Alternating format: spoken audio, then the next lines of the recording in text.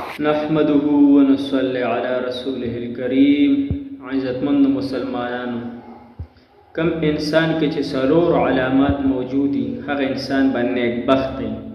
هغه څلور علامات زه تاسو ته وایم او خپل ځان پکې صحیح کو چې ما کې دا علامات شته او کو نشته دي، او کو دا علامات ما کې نه چې دا علامات ځان کې پیدا کړم.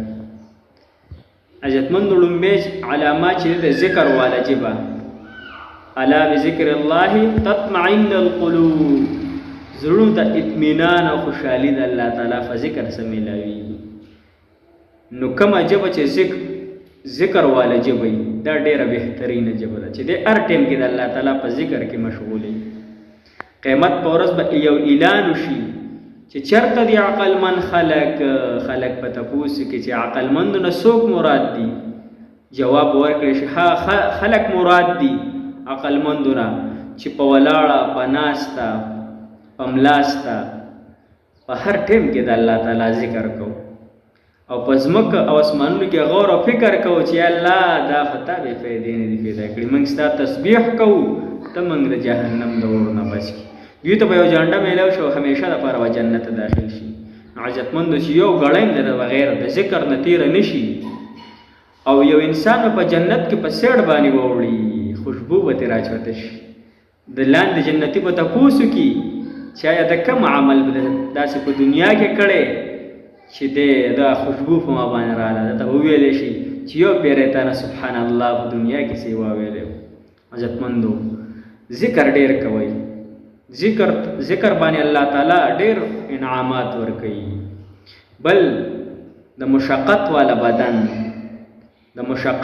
بدن چې موږ هر د الله تعالی امتحان ته او هر هغه سخت سیسته تابعدار ناشي.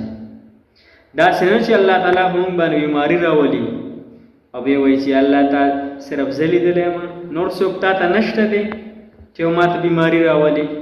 نو مشقت داسې بدن چې هغه مشقتونه تیری د خپل بچو د پاره خپلوانو د پاره مشقتونه تیری هغه روزي د خپل بچو د پاره پیدا کوي. او دریم چې دی شکر والا زړه داسې نه چې تعالی الله